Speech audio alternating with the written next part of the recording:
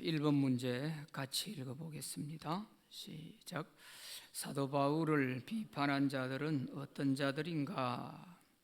3절 말씀에 보면 나를 비판하는 자들에게 변명할 것이 이것이니, 이런 말씀이 있어요.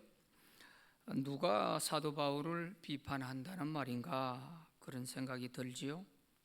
그리고 또 1절부터 2절에 하시는 말씀이 바울이 내가 왜 사도가 아니냐, 내가 왜 주님을 보지 못한 사람처럼 생각하느냐 하면서 자신의 사도에 대한 것에 대해서 설명을 하고 있는 것을 볼 수 있잖아요.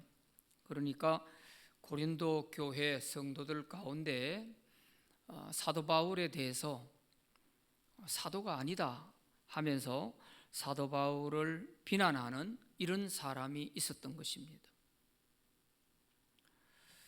왜 그랬을까? 우리가 곰곰이 생각해 보면 고린도 교회가 사도 바울이 개척해서 교회를 세워놓고 떠난 이후에 그 교회를 다녀가신 분들이 몇몇 분 있죠.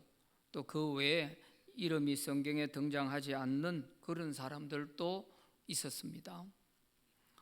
그래서 아볼로가 다녀가서 아볼로에게 은혜 받은 사람들이 우리는 아볼로파다 그러고, 또 베드로가 다녀갔을 때 베드로에게 은혜 받은 사람은 우리는 베드로파다 그러고, 또 바울을 지지하는 사람에 대해서는 또 우리는 바울파다, 이것도 저것도 아닌 사람은 우리는 그리스도파다, 이러면서 당파가 생겨가지고 교회가 분쟁이 있었지 않습니까?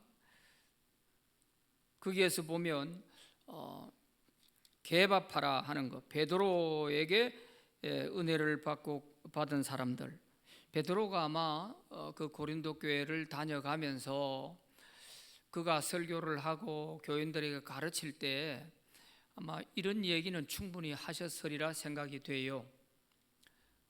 나는 예수님하고 직접 3년 반 동안이나 함께 먹고 자고 하며 지냈던 사람이고, 나는 예수님이 십자가에 돌아가시는 것도 보았고 또 부활하신 것도 보았고, 나는 예수님에 대해서 늘 함께 다니면서 그의 가르치시는 모든 교훈의 말씀들을 직접 다 들은 사람이다.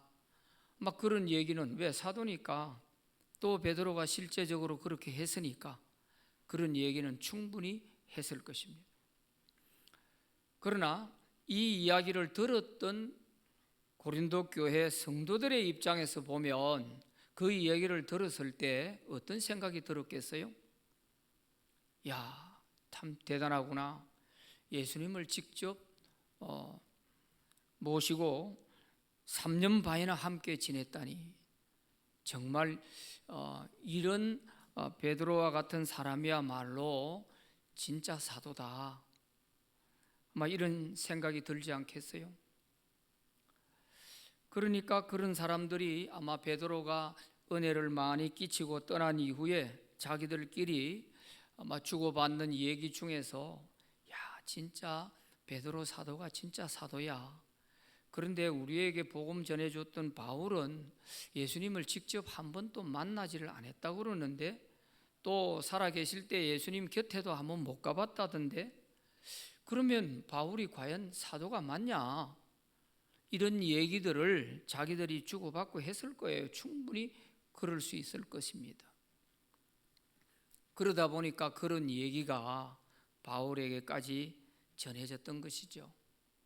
그래서 바울이 내가 왜 사도가 아니냐, 내가 왜 주님을 못 만났냐, 나는 다메섹 도상에서 부활하신 주님을 확실히 만났고 그 부활하신 주님이 나에게 너를 내가 이방인의 사도로 택한 나의 그릇이다 하고 나에게 이방인의 사도의 사명을 주셨다.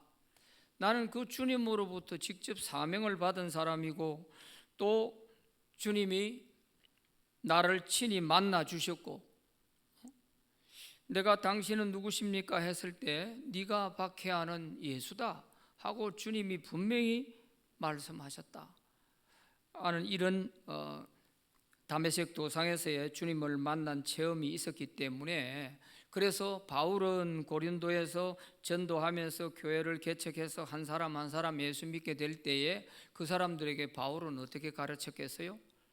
또 자기가 주님을 만난 것에 대해서 얘기했지 않겠습니까?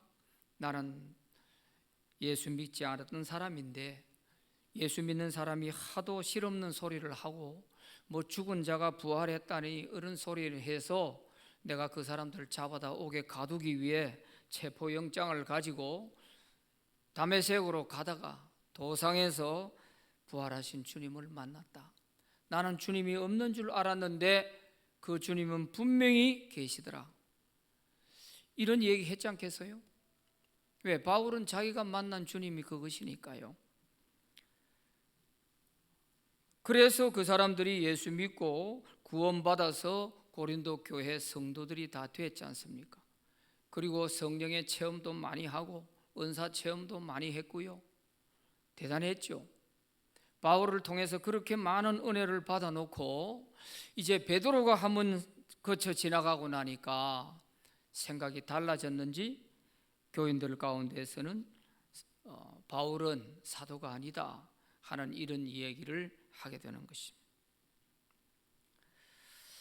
자, 이거 한번 우리가 진지하게 생각해 볼 필요가 있어요.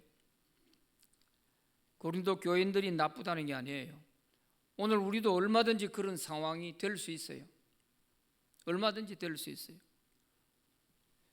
요즘 현대교회도 그렇잖아요. 부흥회하고 은혜 많이 받고 나면, 부흥 강사 가고 나면, 참 말씀은 절해야 되는데 우리 목사님은 맨날 왜 이러는지 모르겠다, 그런 소리 나오잖아요. 그렇듯이 이 당시 베드로가 아마 지나가고 난 이후에 사도에 대한 이 문제가 심각하게 대두됐던 거예요. 그런데 이것이 잘 보세요. 그 고린도 교회 교인들이 바울이 사도가 아니다, 정말 예수님과 함께 했던 베드로 같은 사람이 진짜 사도다, 이렇게 얘기를 하게 되면 어떤 결과가 오겠는지 한번 잘 생각해 보세요. 그러면 예수님의 직계 제자인 그 사도들이 영원히 살아있을 수 있습니까? 그 사람들이 영원히 살아서 우리에게 복음을 전해줄 수 있냔 말이죠. 못 그래야 하잖아요. 그 사람들 얼마 안 돼가 몇 년 후에 다 순교했지 않습니까? 그러면 사도 다 이제 순교하고 세상 떠나고 나면 그 다음에 복음 전하는 사람은 다 사도가 아닌데, 그럼 어떡할 거예요? 조금만 생각을 하면 이런 철없는 소리는 안 하게 될 텐데, 이런 생각이 미치지 못하는 거예요. 당장 눈앞에 있는 그것만 바라보고 좋다 나쁘다 어린애같이 그렇게 되는 거예요. 그래서 베드로는 물론 자기가 주님과 함께 했던 사도니까 그냥 예사롭게 그렇게 말할 수 있지만, 그러나 그렇게 말을 하고 난 뒤에 그 이후에 사람들이 그 고린도 교회에 가서 목회를 하거나 복음을 전하게 됐을 때에는 그 고린도 교회 성도들에게는 하나도 은혜가 안 될 거예요. 저 사람은 사도가 아니야, 그저 돌아다니면서 복음 전하는 순회 전도자에 불과해, 이렇게 되었을 거 아니에요. 그러니까 이런 심각한 문제가 있을 수 있다고요. 그런 점에서 바울에 대해서 사도가 아니다 하는 이런 말을 하게 되는 것이 얼마나 철없는 그런 말인지 하는 것을 알 수가 있는 거예요. 고린도 교인들은 정말 참 성령의 은혜도 은사도 많은 체험도 하고, 그러면서도 이 믿음이 성숙하지 못해가지고, 그래서 말 하나도 생각 없는 말을 많이 하는 거예요. 이게 문제입니다. 그래서 우리가 은혜를 받았다는 것이 뭐가 은혜를 받았겠어요? 신앙이 성숙해지는 것입니다. 잠깐만 생각해 봐도 그래 맞아, 저런 훌륭한 사도들도 정말 참 우리가 이렇게 만나게 됐다는 거 참 영광이다. 그렇지만 저 사도들이 영원히 살아서 우리 곁에서 가르쳐 주는 것도 아니고, 그러나 저 사도들을 통해서 배운 사람들이 또 배우고 그 제자의 제자가 된 사람들이라도 우리에게 말씀을 잘 가르쳐 줄 이런 사람만 있어도 다행이다, 이런 생각을 해야 되잖아요. 계속 사도 타령만 하고 있으면 그 교회에 누가 가서 복음을 전할 수 있겠냔 말이죠. 이런 점에서 우리가 이 바울에 대해서 사도가 아니다고 비판하는 이 비판이 정말 철없는 그런 사람들의 말이다 하는 것을 알 수가 있고요. 자, 사도행전 9장 4절 5절 한번 확인해 보겠습니다. 같이 읽어보지요. 시작. 땅에 엎드러져 들음에 소리가 있어 이르시되 사울아 사울아 네가 어찌하여 나를 박해하느냐 하시거늘 대답하되 주여 누구시니까 이르시되 나는 네가 박해하는 예수라. 그러니까 바울은 분명히 어떤 육체의 모습, 어떤 형상의 모습을 보았는지 안 보았는지 그는 성경에 표현이 되어 있지 않지만 분명하게 나는 네가 박해하는 예수다 이렇게 말씀하셨고, 그 주님을 분명히 만났기 때문에 그는 눈이 멀어서 사흘 동안 앞을 보지 못하기도 했고, 또 그 주님이 내가 너를 이방인의 사도로 내가 택한 그릇이다, 네가 앞으로 또 임금 앞에 가서도 복음을 전해야 할 그런 사명이 너에게 있다, 앞으로 고생은 많이 하겠지만 내가 너를 그렇게 살려고 한다 하는 이런 주님의 말씀을 분명히 다 들었거든요. 그래서 그가 180도 인생의 길이 바뀌었지 않습니까? 예수 믿는 사람 잡아다 감옥에 가두고 체포하러 가던 사람이 완전히 돌아서서 오히려 예수님을 전하는 사람이 되어버렸단 말이죠. 이러한 변화가 있기까지 이것은 어떻게 보면 사도들이 오순절날 성령 받기 전에 사도들은 정말 예수님과 함께 있었다는 그것뿐이지 정말 예수님의 그 가르침이나 예수님의 그 마음은 전혀 몰랐지 않습니까? 그러니까 며칠 후에 예수님이 돌아가실 것인데도 그 제자들은 예수님 앞에서 누가 크냐, 누가 더 높으냐 이것 가지고 다투고 있었지 않습니까? 이런 제자들이었어요. 그러나 성령 받은 이후에 그들도 달라져 가지고 그렇게 된 것이고, 베드로는 자기가 고린도 교회에서 내가 예수님을 3번이나 부인했다 이 말은 했는지 안 했는지는 모르겠어요. 베드로는 예수님을 3번이나 모른다고 부인했던 사람 아니에요. 아마 이 말만 했더라면 아마 생각이 달라졌을 거예요. 고린도 교회 성도들이 사도도 저럴 수가 있었네. 그러면서 아마 고린도 교인들이 좀 더 겸손해졌을지 몰라요.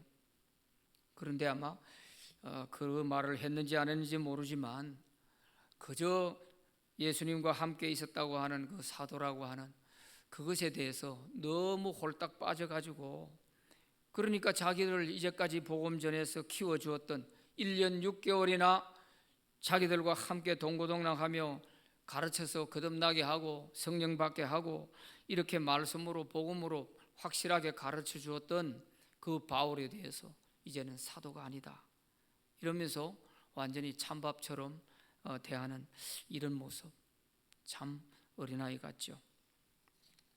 그래서 바울은 분명하게 주님을 만났던 사람이에요. 그러니까 내가 왜 사도가 아니냐, 예수 우리 주를 내가 왜 보지 못했냐, 나도 만난 사람이다 이러면서 사도에 대한 변명을 하고 있는 것이죠.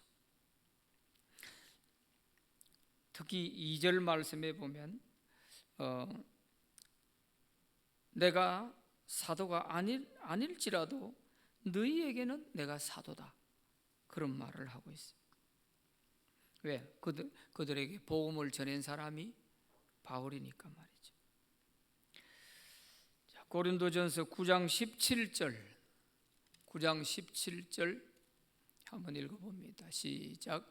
내가 내 자의로 이것을 행하면 상을 얻으려니와 내가 자의로 아니한다 할지라도 나는 사명을 받았노라 그랬어요. 주님으로부터 사명도 받았다고. 그 사명은 이방인의 사도로서 주신 사명을 말하는 것이죠. 그래서 누가 뭐라 해도 바울은 자기 자신에 대해서 이 사도라고 하는 것에 대해서는 흔들리질 않았습니다. 그래서 바울 서신을 보면 항상 1장 1절 2절에서는 사도된 바울은 이 말을 하고 있어요. 내가 하나님과 그리스도 예수의 종된 바울, 또 사도된 바울, 이런 말을 항상 앞에서 먼저 하고 있는 거예요. 왜냐하면 사도가 아니라고 하는 사람들이 있기 때문에 그랬던 것이죠. 자, 2번 문제 읽어보겠습니다. 시작. 사도 바울은 자기를 비판하는 자들에게 어떻게 설명하였는가? 바울은 자기를 비판하는 자들에게 1절 2절에서 이렇게 설명하고 있잖아요. 내가 다른 사람이 다 나를 사도가 아니라고 하는 것은 내가 이해할 수 있지만 고린도 교회 성도된 너희들이 나를 사도가 아니라고 말하는 것은 이게 말이 되는 일이냐 그런 뜻입니다. 내가 사도가 아닐지라도 너희에게는 내가 사도다. 왜? 직접 복음을 전해서 한 사람 한 사람 전도해서 예수 믿고 구원받았고 그들이 거듭나고 또 성령도 받고 했던 것을 두고 하는 얘기입니다.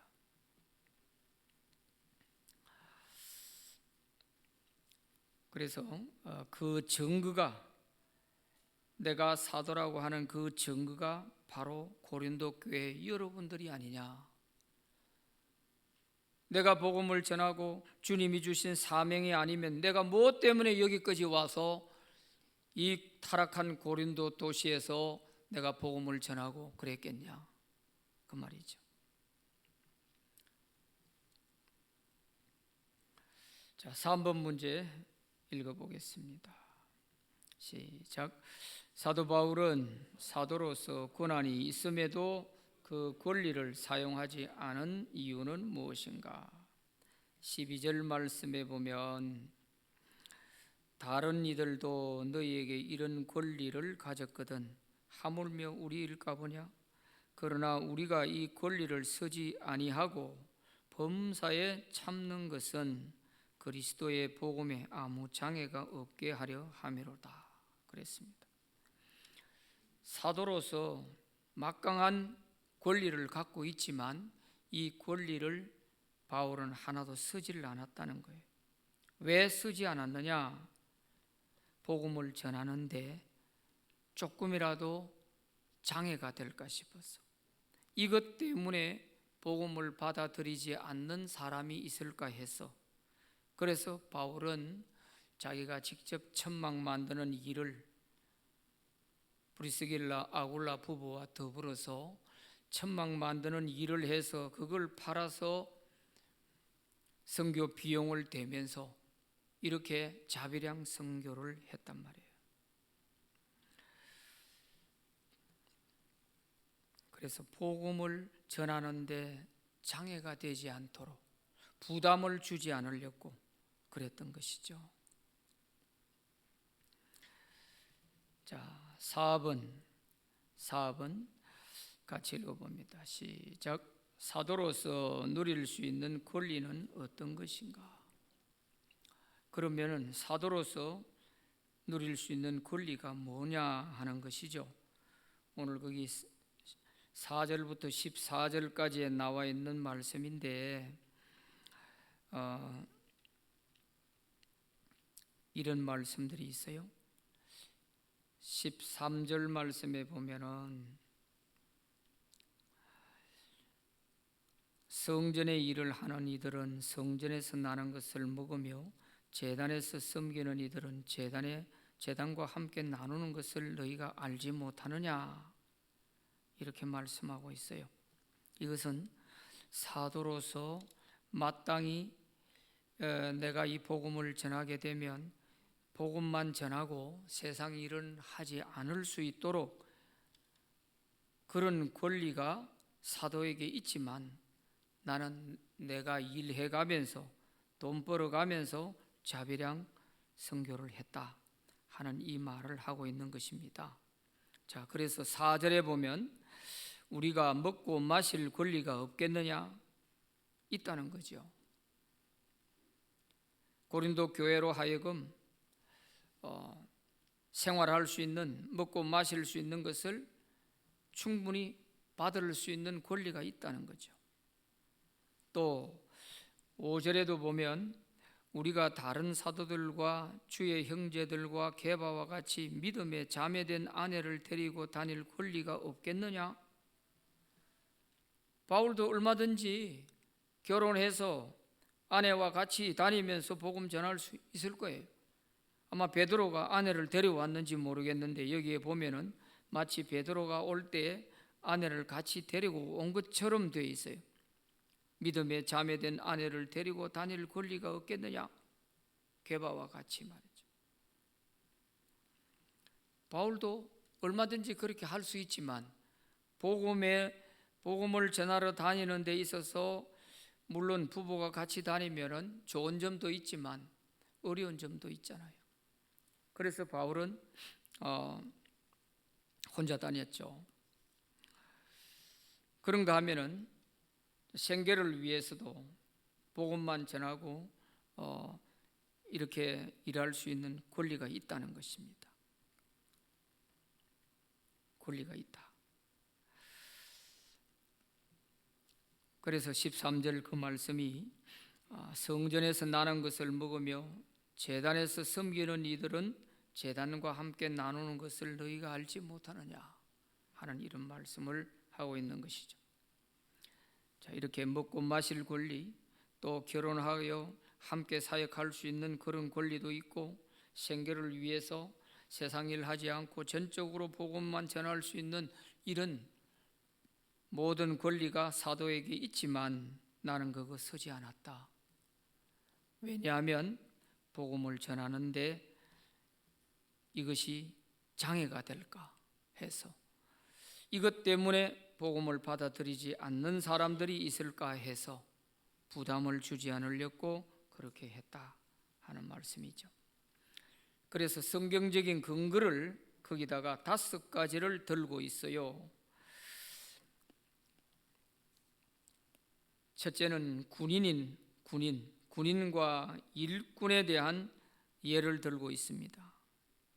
7절에 보면 누가 자기 비용으로 군 복무를 하겠느냐? 누가 포도를 심고 그 열매를 먹지 않겠느냐? 누가 양떼를 기르고 그 양의 때에 젖을 먹지 않겠느냐?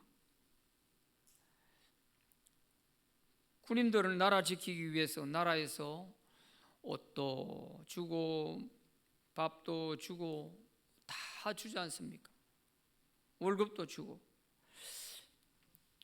나라에 복무하라 해놔놓고 자기 비용으로 나라 지켜라 하면은 그 지킬 사람 얼마나 되겠어요? 그래서 첫째는 이 군인이나 일꾼에 대해서, 양을 치는 사람은 양에서 나오는 젖을 먹기 위해서 양을 먹이는 것이지 양을 왜 먹이겠어요? 이런 당연성을 얘기하고, 두 번째는 모세법에 있는 말씀을 하고 있습니다. 9절 말씀에 보면 모세의 율법에 곡식을 밟아 뜨는 소에게 망을 씌우지 말라 기록하였으니 하나님께서 어찌 소들을 위하여 염려하심이냐. 그것은 소를 위해서 한 말이 아니라 그것은 비유해서 사람을 두고 한 얘기라는 것이죠. 세 번째는 본질적인 당위성에 대해서, 11절에 보면 우리가 너희에게 신령한 것을 뿌렸은즉 너희의 육적인 것을 거두기로 과다하겠느냐. 그러니까 영적 사도로서는 영적인 것을 성도들에게 공급해주고 육적인 이런 양식은 성도들이 사도에게 제공을 해주고 이렇게 해야 교회가 될 수 있죠. 그게 안 되면은 사도가 늘 돈 벌러 가고 교회를 비워놓고 이러면 어찌 되겠어요? 바로 그런 얘기죠. 자, 네 번째는 유대적 관습에 의한 예를 들고 있습니다. 유대적 관습 13절 말씀이 바로 그거예요. 구약시대에 제사장들은 제단에서 나는 그 제사의 제물, 그것이 제사장 몫이 있거든요. 그러다니까 그것으로 살한 거 아니냐, 그 얘기입니다. 그리고 다섯 번째는 그리스도의 명령에 의해서 14절이 그겁니다. 이와 같이 주께서도 복음 전하는 자들이 복음으로 말미암아 살리라 명하셨느니라 그랬습니다. 복음 전하는 자는 복음으로 말미암아 살리라. 복음으로 말미암아 살게 될 것이다. 그 말이죠. 그래서 이 다섯 가지의 근거를 대면서 당연성을 말씀하고 있는 것입니다. 자, 5번 문제 같이 읽어봅니다. 시작. 사도 바울은 왜 복음을 전하지 아니하면 자기에게 화가 있을 것이라고 하였는가? 16절 17절에 보면 내가 복음을 전할지라도 자랑할 것이 없으면 내가 부득불할 일임이라. 만일 복음을 전하지 아니하면 내게 화가 있을 것이로다 그랬어요.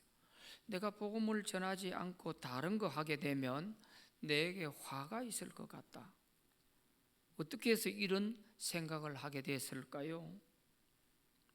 그것은 주님이 주신 사명이기 때문에 사명을 접어놓고 다른 길로 가게 되면 당연히 좋지 않겠죠. 주님께서 다른 길로 가도록 놔두질 않겠죠. 그래서 바울은 자기에게 주어진 사명, 이 사명 때문에 이렇게 부득불 내가 이 복음을 전한다 할지라도 자랑할 것도 없고 또 내가 어떤 이유가 있어가지고 전하지 못한다 할지라도 내가 복음을 전하지 않으면 내게 화가 있을 것 같다. 그런 말씀을 하고 있어요. 17절에 보면 그 말이 나오죠. 내가 내 자의로 이것을 행하면 상을 얻으려니와 내가 자의로 아니한다 할지라도 나는 사명을 받았노라. 내 스스로 내 만족을 위해서 하는 일이라면 내게 상이 있겠지만 내가 그런 것이 아니다 할지라도 나는 사명 때문에 하는 것이다. 주님이 주신 사명 때문에 이 복음을 전하는 것이다 하는 말씀을 하고 있습니다.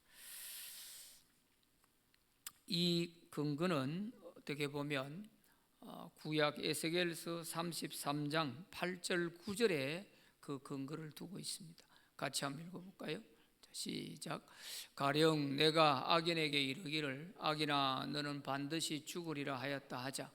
네가 그 악인에게 말로 경고하여 그의 길에서 떠나게 하지 아니하면 그 악인은 자기 죄악으로 말미암아 죽으려니와 내가 그의 피를 내 손에서 찾으리라. 그러나 너는 악인에게 경고하여 돌이켜 그의 길에서 떠나라고 하되 그가 돌이켜 그의 길에서 떠나지 아니하면 그는 자기 죄악으로 말미암아 죽으려니와 너는 내 생명을 보존하리라. 참 두려운 얘기인데요. 에스겔 선지자에게 하나님께서 하신 말씀이죠. 내가 너를 이스라엘의 파수꾼으로 세웠다. 네가 나가서 회개하고 주님께 돌아오지 않으면 심판으로 말미암아 다 죽게 될 것이다 하고 가서 외쳐라.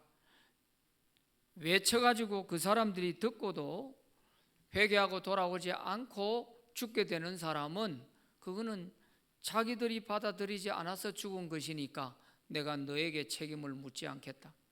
그러나 네가 전하지 않아가지고 모르고 복음을 모르고 죽게 된다면 내가 이 사람들의 핏값을 너에게서 찾겠다 그 말이에요. 저 사람들의 죽음의 대가를 내가 너에게서 찾겠다. 얼마나 두려운 얘기입니까? 바로 이 말씀의 근거에 따라서 바울도 내가 이 사명 받아가지고 이 복음 전하는 이 사명 해도 되고 안 해도 되는 그런 사명이 아니라는 거죠. 내가 입을 다물고 하루라도 침묵하고 조용히 지내가는 사이에 수많은 사람들이 죽어가고 있지 않습니까? 내 곁에서 아는 사람도 죽어가고 모르는 사람도 죽어가고 하루에 죽어가는 사람이 얼마나 많아요. 더군다나 또 극단적인 이런 자살을 하는 사람들이 OECD 국가 중에 1위입니다. 1위. 교통사고보다도 자살한 사람들이 숫자가 더 많아요. 이런 걸 보면서 우리가 책임감을 느끼지 않습니까? 그 사람들에게 우리가 말 한마디 던져서 예수 믿게 됐을 때 그 사람 목숨 하나 구하는 거죠.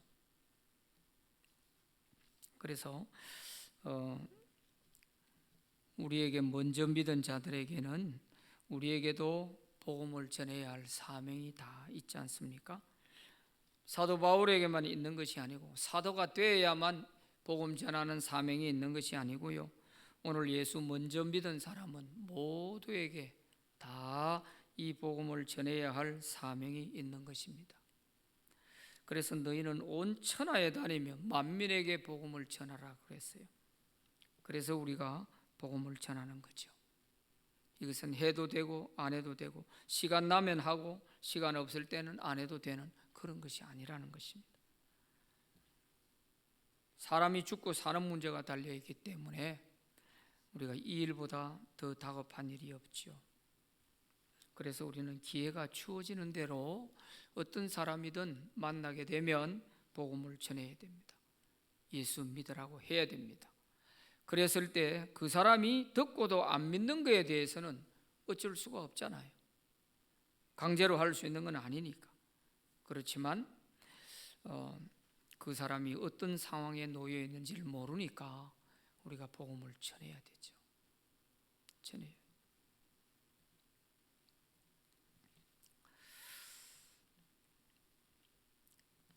6번 문제 같이 읽어봅니다. 시작. 사도 바울은 자유인으로서 모든 사람에게 종이 된 이유는 무엇인가?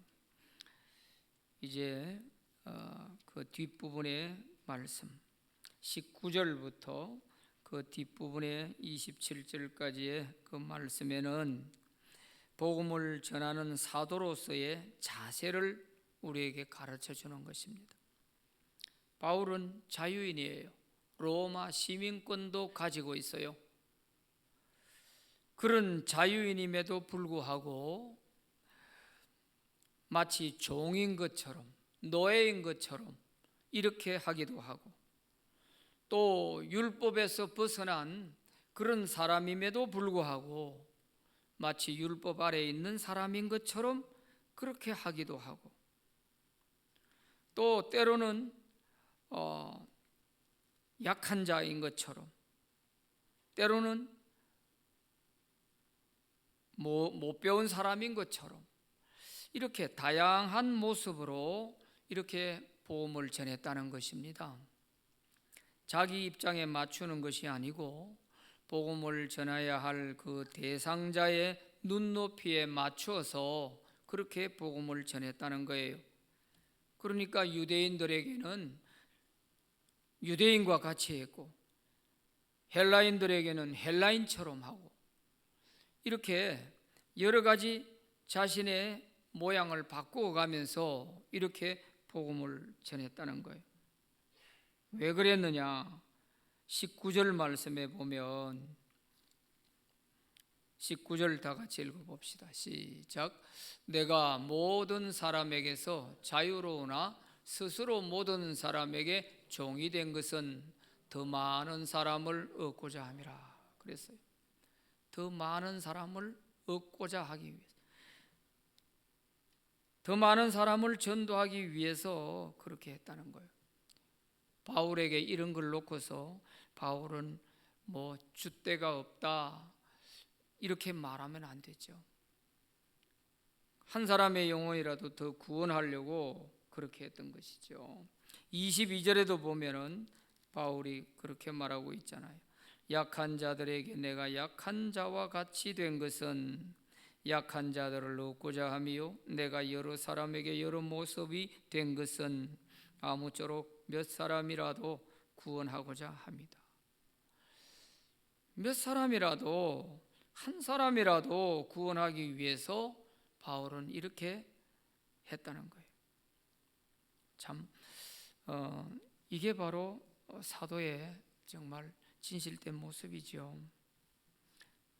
뭐 자기 체면 차려가면서 격식 갖추어 가면서 이렇게 해가지고 어떻게 전도가 되겠습니까?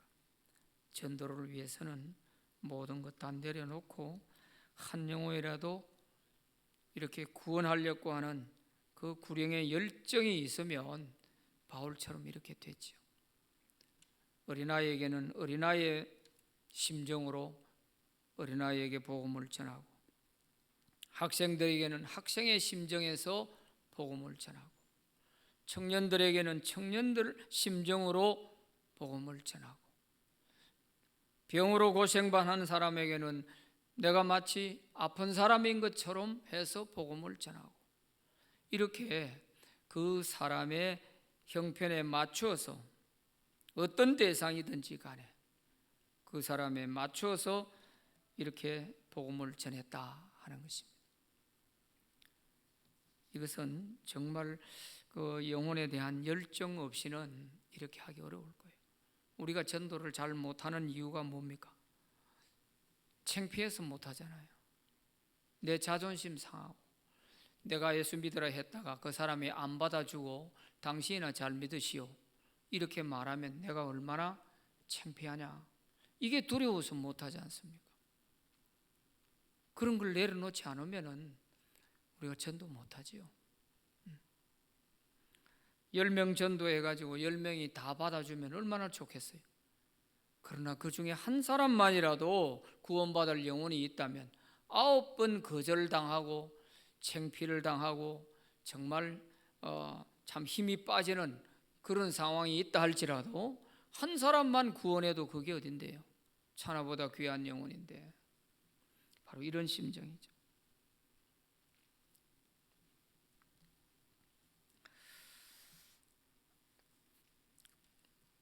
자, 7번 문제 읽어봅니다. 시작. 사도 바울은 복음을 전파한 후에 자신이 버림받지 않기 위해서 어떻게 하였는가? 자, 27절 다 같이 읽어봅니다. 내가 내 몸을 쳐 복종하게 함은 내가 남에게 전파한 후에 자신이 도리어 버림을 당할까 두려워함이로다. 이 말은 간단히 얘기하면 복음 전하는 사람은 자기 관리 잘해야 된다, 그 말씀입니다. 자기 관리 잘하라. 다른 사람에게 복음을 많이 전해놓고 예수 믿으라 해놨는데 자기는 시험 들어가 예수 안 믿고 교회도 안 나오고 자기 전도해놓은 사람 만날까 두려워가지고 도망다니는 이런 사람도 있어요. 자기가 전도해놓은 사람은 교회 잘 다니고 있는데 자기는 시험 들어가 교회 안 가니까 그 사람들 만나기가 부끄러운 거죠. 그러니까 숨어서 다니고, 그래서 자기 관리 못하면 이렇게 된단 말이에요. 사람들에게 부끄러움 당하는 거야 괜찮아요. 그런데 주님 앞에 설 때 어떡할 거예요? 그래서 바울은 내가 이렇게 많은 사람들에게 해외 다니면서 이렇게 복음을 전해 놓았는데 남은 구원시켜놓고 내가 주님께 버림받으면 뭐하냐. 그래서 전파한 후에 내가 버림받지 않기 위해서 내 자신을 쳐서 항상 교만하게 되지 않도록 내 자신을 복종시키려고 한다. 주님의 뜻에 복종시키려고 한다. 그런 말씀이에요. 예수 믿는 사람은 정말 전도하는 것도 중요하고 하지만 자기 관리를 해가면서 복음을 전해야 됩니다.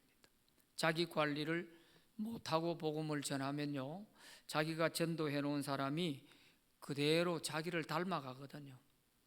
자기를 닮아가요. 그래서 전도하게 되면 전도하는 그 사람도 자기 영이 살고 자기 신앙이 성숙하게 되고요, 자기 관리를 못하게 되면 전도하기도 힘들어요. 자기가 떳떳하게 전도를 못해요. 그래서 자기 관리를 해가면서 해야 돼요. 그래서 가만히 제가 목회하면서 보면은 요 앞줄에 앉는 사람이 전도하면 꼭 앞줄에 데려와 앉혀요.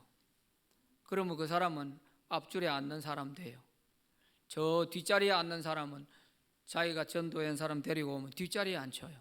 처음부터 뒷자리에 앉아놓으니까 앞으로 올 줄을 몰라요. 꼭 그래 닮아가요. 그래서 저 뒷자리에 앉아있는 사람들은 전도하려면 기도할 때 내가 앞에 앉겠습니다 하고 이런 마음을 먹고 그렇게 해야 돼요. 처음 오는 사람 앞자리부터 앉혀야 돼요. 그러면 처음부터 그런갑다 이렇게 생각해요. 우리 권사님 한 분 새신자 지금 몇 분 데리고 온 젊은 사람들 처음부터 앞자리에 앉혀놓으니까 항상 그 자리가 늘 내 자리다 생각하고 앉는 거예요. 뒷자리에 앉으면 앞 사람의 움직이는 거 이런 게 시선에 자꾸 방해되는 게 많잖아요. 그러면 집중이 안 돼요. 집중이 산만해져요.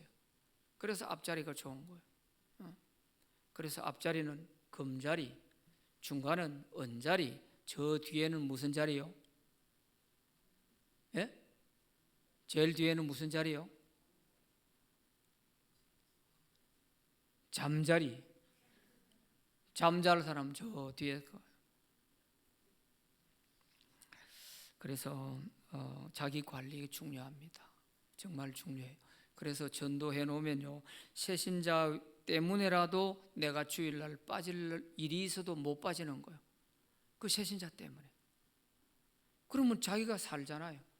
그 새신자 때문에 내가 사는 거예요. 참 중요합니다. 그래서 오늘 사도로서 자기가 누릴 수 있는 권리가 많이 있음에도 불구하고 다 그거 내려놓고 정말 오직 영혼 구원을 위해서만 전심전력을 다하는 바울의 그런 모습을 볼 수가 있습니다. 그런데도 불구하고 철없는 고린도 교회 성도들은 자기에게 복음을 전해서 예수 믿고 거듭나게 해서 하나님 백성 되게 만들어 주었더니 이제 와가지고는 바울을 사도도 아니다 이러면서 철없는 소리하고 있는 이런 것을 또한 볼 수가 있습니다. 우리는 이렇게 돼서는 안 되겠죠. 우리의 믿음이 성숙한 믿음이 되어야 될 것입니다. 우리 다 함께 우리 기도 좀 합시다. 오늘 말씀을 생각하면서도 기도하시고 특히 10월 26일 날 우리 전도주일 앞두고 이 기간이 지금 전도 기간입니다. 꼭 26일 날 맞추려 하지 말고 주중에 어느 주일이든 수요일이든 이렇게 모시고 오셔서 꼭